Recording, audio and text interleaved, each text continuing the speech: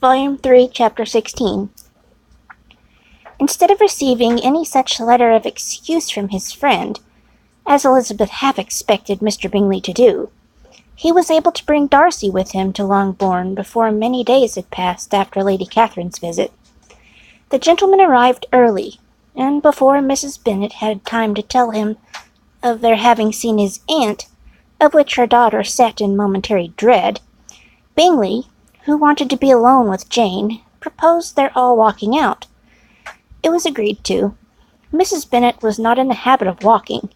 Mary could never spare time, but the remaining 5 set off together. Bingley and Jane, however, soon allowed the others to outstrip them. They lagged behind, while Elizabeth, Kitty, and Darcy were to entertain each other. Very little was said by either. Kitty was too much afraid of him to talk. Elizabeth was secretly forming a desperate resolution, and perhaps he might be doing the same. They walked toward the Lucases, because Kitty wished to call upon Maria, and Elizabeth saw no occasion for making it a general concern. When Kitty left them, she went boldly on with him alone. Now was the moment for her resolution to be executed, and, while her courage was high, she immediately said, "Mr. Darcy, I am a very selfish creature, and, for the sake of giving relief to my own feelings, care not how much I may be wounding yours. I can no longer help thanking you for your unexampled kindness to my poor sister. Ever since I have known it, I have been most anxious to acknowledge to you how gratefully I feel it. Were it known to the rest of my family, I should not have merely my own gratitude to express." "I am sorry, exceedingly sorry," replied Darcy, in a tone of surprise and emotion, "that you have ever been informed of what may, in a mistaken light, have given you uneasiness. I did not think Mrs. Gardiner was so little to be trusted." "You must not blame my aunt. Lydia's thoughtlessness first betrayed to me that you had been concerned in the matter, and, of course, I could not rest until I knew the particulars. Let me thank you again and again, in the name of all my family, for that generous compassion which induced you to take so much trouble, and bear so many mortifications for the sake of discovering them." "If you will thank me," he replied, "let it be for yourself alone, that the wish of giving happiness to you might add force to the other inducements which led me on. I shall not attempt to deny. But your family owe me nothing. Much as I respect them, I believe, I thought only of you." Elizabeth was too much embarrassed to say a word. After a short pause, her companion added, "You are too generous to trifle with me. If your feelings are still what they were last April, tell me so at once. My affections and wishes are unchanged, but one word from you will silence me on this subject forever." Elizabeth, feeling all the more than common awkwardness and anxiety of his situation, now forced herself to speak, and immediately, though not very fluently, gave him to understand that her sentiments had undergone so material a change since the period to which he alluded, as to make her receive with gratitude and pleasure his present assurances. The happiness which this reply produced was such as he had probably never felt before, and he expressed himself on the occasion as sensibly and as warmly as a man violently in love can be supposed to do. Had Elizabeth been able to encounter his eye, she might have seen how well the expression of her heartfelt delight, diffused over his face, became him. But though she could not look, she could listen, and he told her of feelings which, in providing of what importance she was to him, made his affection every moment more valuable. They walked on without knowing in what direction. There was too much to be thought of, and felt, and said, for attention to any other objects.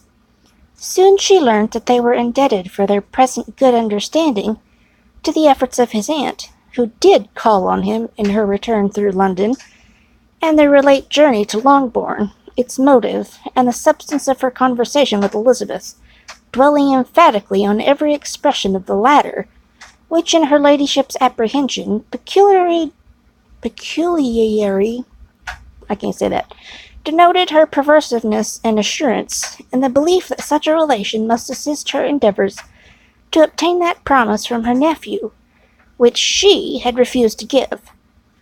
But unluckily for her ladyship, its effects had been exactly contrariwise.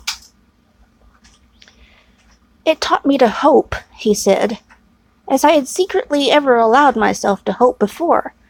I knew enough of your disposition to be certain that, had you been absolutely, irrevocably decided against me, you would have acknowledged it to Lady Catherine, frankly and openly."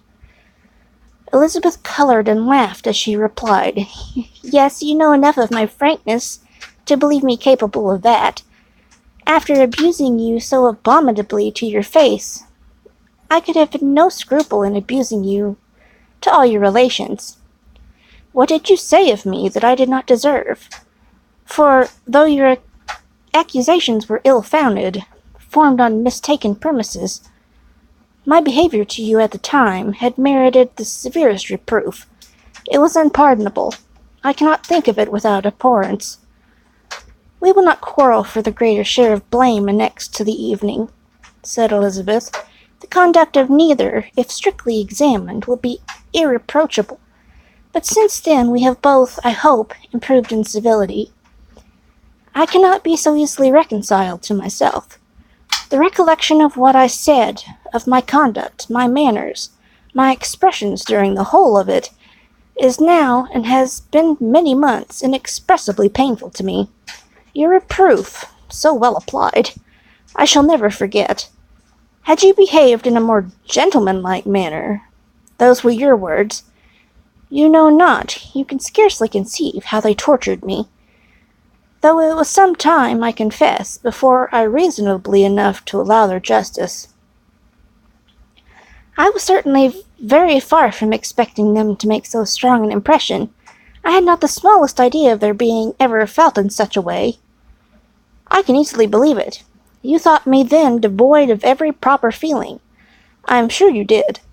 The turn of your countenance I shall never forget, as you said that I could not have addressed you in any possible way that would induce you to accept me.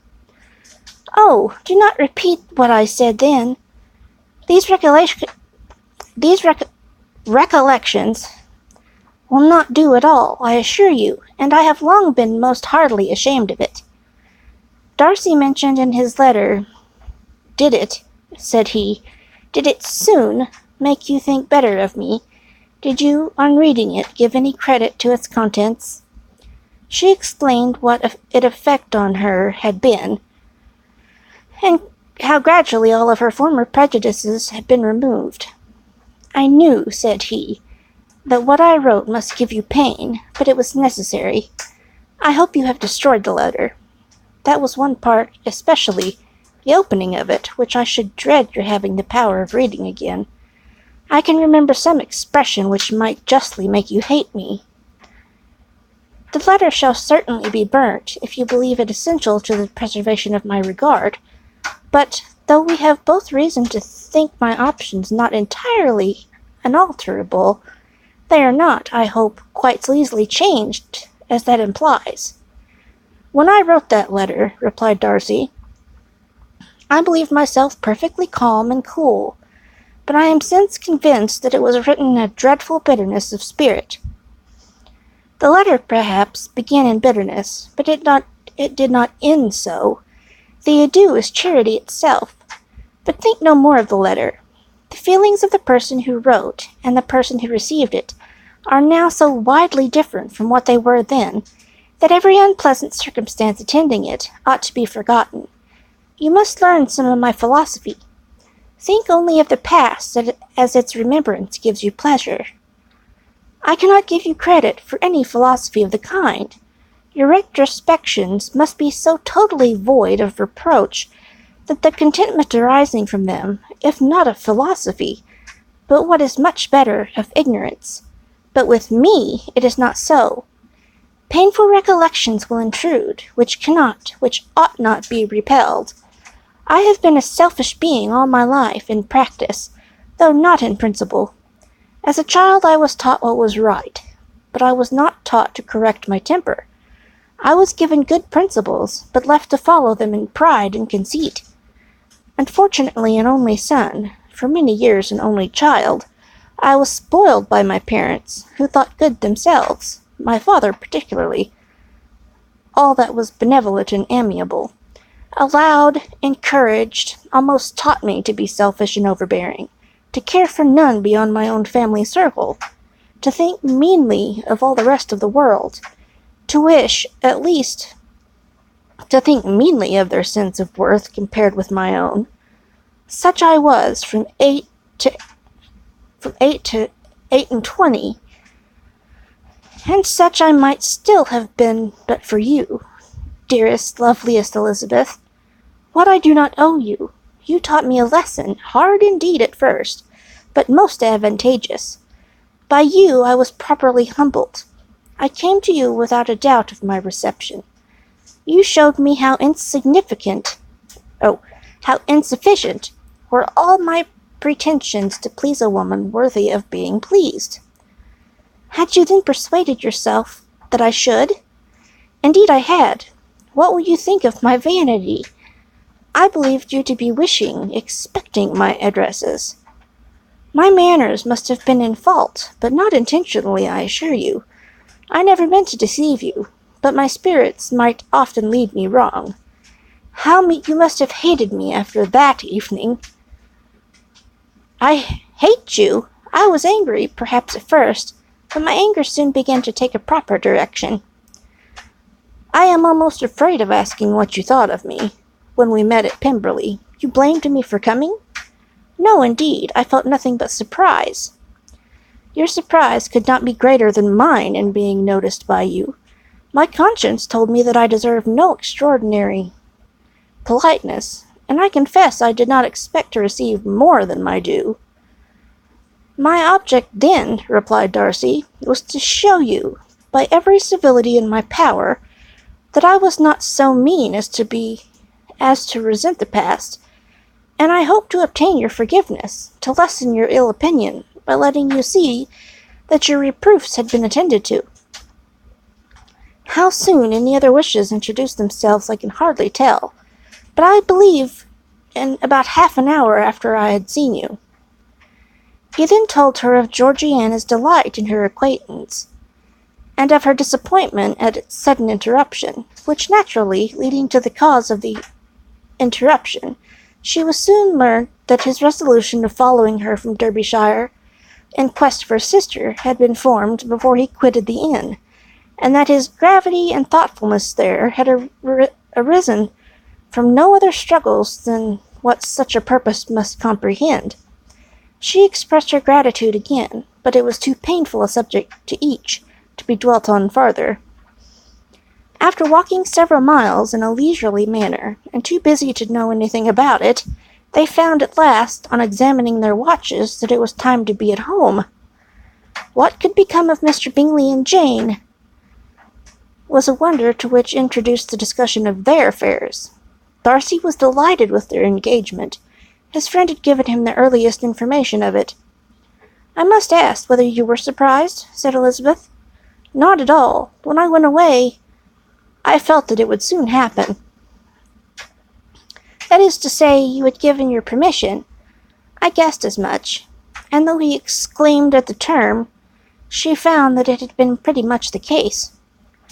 On the evening before my going to London, said he, I made a confession to him, which I believe I ought to have made long ago. I told him of all that had occurred, to make my former interference in his affairs absurd and impertinent. His surprise was great. He had never had the slightest suspicion.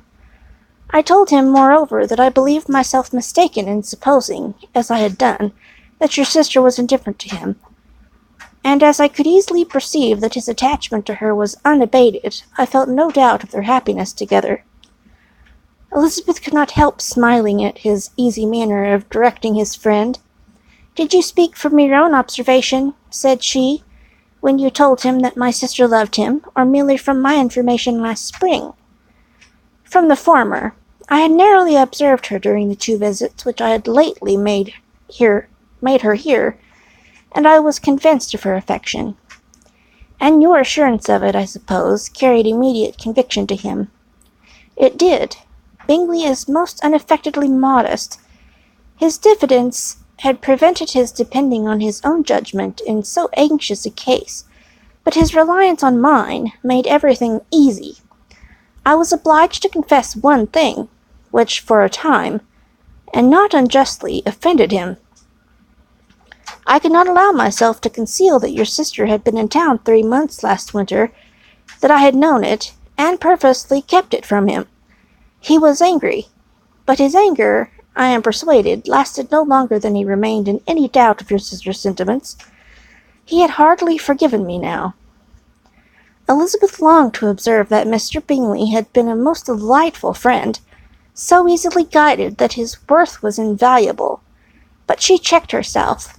She remembered that she had yet to learn to be laughed at, and it was rather too early to begin.